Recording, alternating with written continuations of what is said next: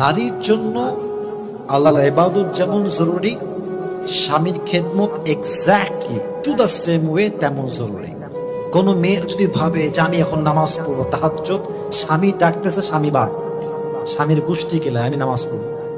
অনেক মেয়ে এরকম ভাবে যে আমি তো আল্লাহকে ডাকছি, এখন স্বামীকে আমার এখানে না। আপনি স্বামীকে অসন্তুষ্ট করে নামাজ পড়লে আপনার নামাজ কবুল হবে না, গ্যারান্টেড। এখন বলবেন যে হুজুর কোনো কথা হইলো? হ্যাঁ, এটাই কথা। আপনার স্বামী ডাকছে তাহাজ্জুদের সময়, রাত 12টার সময়, স্বামীর খেদমত করার নামাজ পড়ার চাইতে তখন বেশি জরুরি।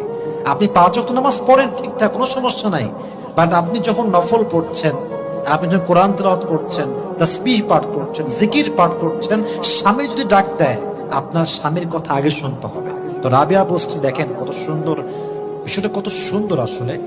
উনি যখনই নামাজ পড়তে যেতেন, জিকির করতে যেতেন,